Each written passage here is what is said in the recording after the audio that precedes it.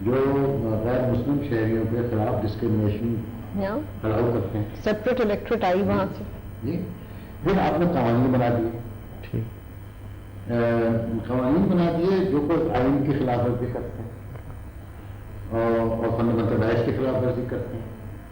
تو جو بہت کچھ کیا ضیاء الحق صاحب نے آئین کے ساتھ، لیکن جو سب سے زیادہ دور نتائج کی حامل بات کی وہ آرٹیکل 203 چیپٹر جو فضل شریعت کوڈ کا انہوں نے ایڈ کیا. یعنی جس کا مطلب یہ ہے کہ آئین کی جو تقدیس ہے وہ ختم ہو گئی. قانون سازی یعنی کہ فیڈرل شریعت کوڈ کے ہاتھ میں آ گئی، یعنی کہ پھر آپ نے پارلیمنٹ سے تو لے لیا، یعنی کہ اسمبلیاں پھر کیا کریں گی؟ نہیں، کچھ نہیں. پھر فیصلہ وہ کرے گی کہ قوانین کس طرح کیا رخ اختیار کریں. عالمان صاحب یہ دیکھیں کہ ضیاء الحق صاحب کی جسے آپ کہتے ہیں کاریگری سمجھ لیں گے کہ انہوں نے فنڈامنٹل رائٹس کا کوئی ایک لفظ نہیں بدلا، مگر انہوں نے ہر انسٹیٹیوشن کو ایسے بنا دیا کہ وہ فنڈامنٹل رائٹس کو خود ہی غصب کر سکے. یا اس کی گنجائش بھی ہمارے فنڈامنٹل رائٹس چیپٹر لکھنے والوں نے رکھ دی تھی. ہاں. اور وہ اس طرح سے رکھ دی تھی کہ تقریباً ہر فنڈامنٹل رائٹ جو ہے وہ سبجیکٹ ٹو لا ہے اور لا بنا دیں. اچھا. یہ آپ نے اب ہر لا کو آپ جا کے چیلنج کر رہے تھے کورٹ میں کہ یہ صاحب یہ ٹھیک نہیں ہے، اس سے وہ مثال کے طور پہ بتاتا ہوں آپ کو کہ رائٹ ٹو ایسوسیشن یہ آپ کے تسلیم ہے، اٹ از سبجیکٹ ٹو لا. میں سمجھتی ہوں سب سے بڑی بات جو بنیادی حقوق جو دیے ہیں آئین میں، اس میں ٹارچر کی ہے. یعنی کہ وہاں پہ ٹارچر منع نہیں ہے ایز سچ.